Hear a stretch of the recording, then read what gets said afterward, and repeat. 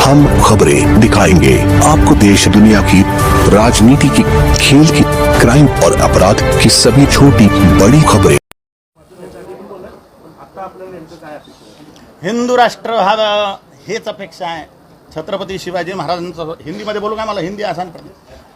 छत्रपति शिवाजी महाराज का हिंदवी स्वराज्य का स्वप्न पूर्ण हो, यही इच्छा है.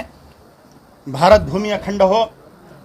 Iran, Iraq, Afghanistan, Pakistan, Bangladesh, Brahmadesh, Indonesia, Cambodia, Taiwan, Tibet, Nepal, Bhutan, Sri Lanka, ये जो भारत से टुकड़े हो गए भारत माता के, ये पूर्ण अखंड भारत हो और छत्रपति शिवाजी महाराज का हिंदवी स्वराज्य का स्वप्न पूर्ण हो. इसलिए हम राजनीति के हिंदूकरण की बात कर रहे हैं और हिंदुओं को संगठित होते हुए हिंदू वोटर बैंक बनने की हम बार बार अपील कर रहे हैं.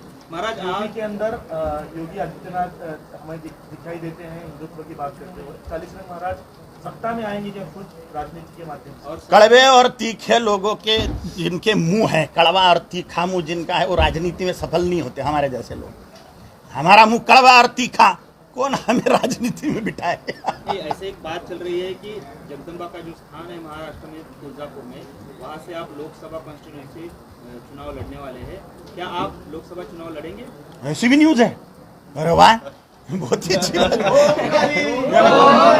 मुझे ही पता नहीं, आज आपने बोला है. अचानक कड़वे और तीखे लोग मुंह के लोग बर्दाश्त होंगे उनको.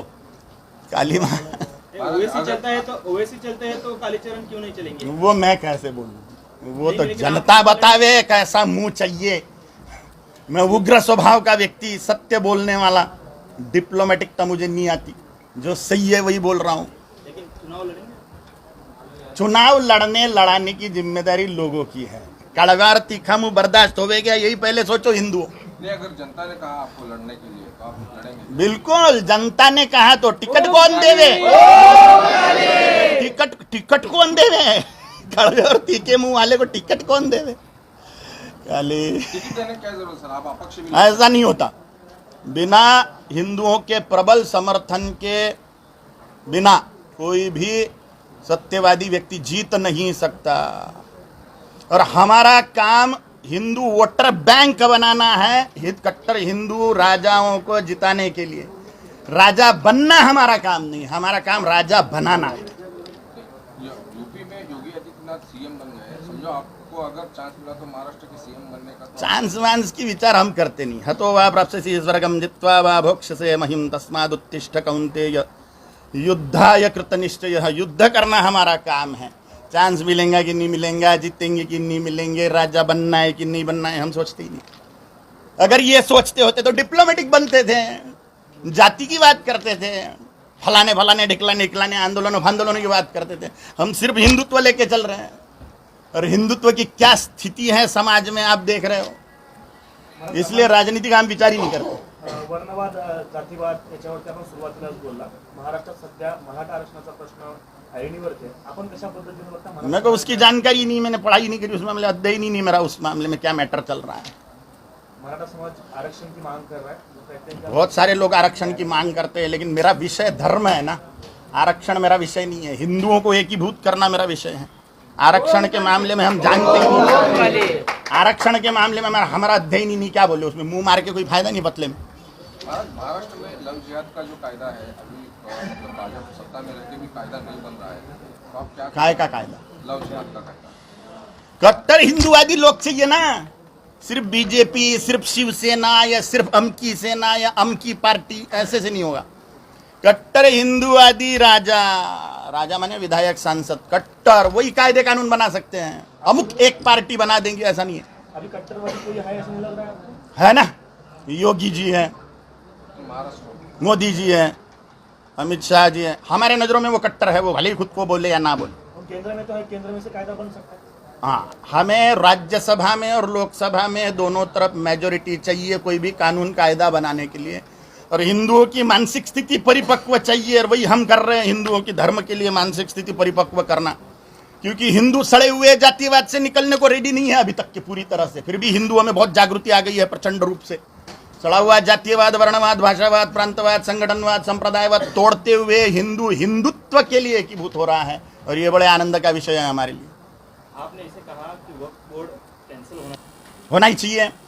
लाखों एकड़ भूमि मुस्लिम वक्फ बोर्ड के अंदर चली गई है, सुप्रीम कोर्ट में भी उस पर हम कुछ बोल नहीं सकते। ऐसा कायदा कांग्रेसियों ने बना के गए हैं। मुस्लिम वक्फ बोर्ड, सुप्रीम कोर्ट में उसके विरोध में याचिका नहीं दाखिल की जा सकती। वह तिरुचिरापल्ली में एक मंदिर है, वो मंदिर के गांव की लोक संख्या 5,000 है, सबके सब हिंदू। मंदिर 5-7 हजार साल पुराना शिव भगवान का, मुस्लिम वक्फ बोर्ड ने उस पर दावा ठोक दिया कि ये मुसलमानों की प्रॉपर्टी है। अंबानी के घर पे दावा ठोक दिया कि मुसलमानों की प्रॉपर्टी है। अब वो सुप्रीम कोर्ट में भी नहीं, हाँ सच्ची बात है, सुप्रीम कोर्ट में नहीं जा सकते उसके विरोध में। तो ऐसे कानून बने हुए हैं, इसको खत्म करना चाहिए। हिंदुओं का संगठन ही इसको खत्म कर सकता है, हिंदू अगर वोट बैंक बनता है तो। नहीं तो राजा लोग तो मुसलमानों के ही तलवे चाटने वाले हैं भाई। आपने कहा कि अमित शाह है, नरेंद्र मोदी है, योगी जी है, ये कट्टर हिंदुत्ववादी राजा है, मतलब हमसे है, वो स्वयं बोल रहे हैं क्या? लेकिन कायदा नहीं हुआ है, तो फिर आप कैसे मानते हो उनको? बिल्कुल मानेंगे, जिसने राम को लाया है करके दिखाया भाई। हमको आशा नहीं थी हमारे जीते जी राम मंदिर देख पाएंगे हम, लेकिन जो राम को लाए हैं तो दिख गया है, दिख गया कट्टर है।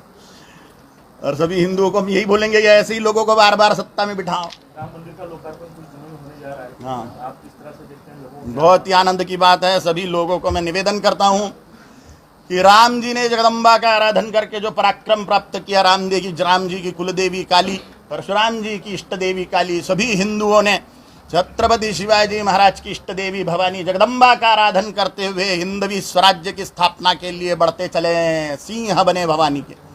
यही राम जन्मभूमि के मंदिर निर्माण के उपलक्ष्य में आह्वान करता हूँ सभी हिंदुओं को। महाराष्ट्र में पैलेस्टाइन इजराइल जंग के लिए मुस्लिम इस वीडियो को लाइक करें, हमारे चैनल को सब्सक्राइब कर बेल आइकन जरूर प्रेस करें।